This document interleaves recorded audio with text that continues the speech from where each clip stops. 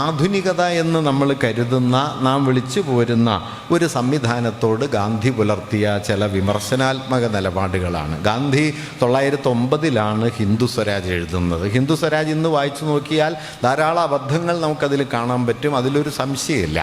പക്ഷേ ഈ അബദ്ധങ്ങളെല്ലാം നിലനിൽക്കെ തന്നെ 2-3 കാര്യങ്ങൾ അദ്ദേഹം സവിശേഷമായിട്ട് തൻ്റെ ആധുനികതാ വിമർശനത്തിൻ്റെ കേന്ദ്രത്തിലേക്ക് കൊണ്ടുവന്നു. അതിലൊന്ന്, മനുഷ്യരെക്കുറിച്ചുള്ള, മനുഷ്യൻ എന്ന സങ്കല്പത്തെയും ആ സങ്കല്പത്തെ മുൻനിർത്തി പാശ്ചാത്യ നാഗരികതയിൽ കെട്ടിപ്പടുക്കപ്പെട്ട ഭരണകൂട സങ്കല്പത്തോടുമുള്ള ഗാന്ധിയുടെ വിമർശനമാണ്.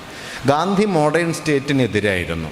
മോഡേൺ സ്റ്റേറ്റിനെ ഗാന്ധി എതിർത്തത് വളരെ കാൽപ്പനികമായിട്ടൊന്നുമല്ല. നിർഭാഗ്യവശാൽ ഗാന്ധിയുടെ ചിന്തയുടെ ഒരു ആഴത്തെ പിന്തുടരാനായിട്ട് പൊതുവെ ഗാന്ധി വിമർശകരോ ഗാന്ധി അനുകൂലികളോ ശ്രമിക്കാറില്ല എന്നതുകൊണ്ട് അദ്ദേഹത്തിൻ്റെ വാദങ്ങൾ പലപ്പോഴും വളരെ നെയ്വായിട്ടുള്ള, വളരെ ഉപരിപ്ലവമായിട്ടുള്ള മതാത്മക യുക്തികളാണ് എന്ന നിലയിൽ വിലയിരുത്തി പോവാറുണ്ട്.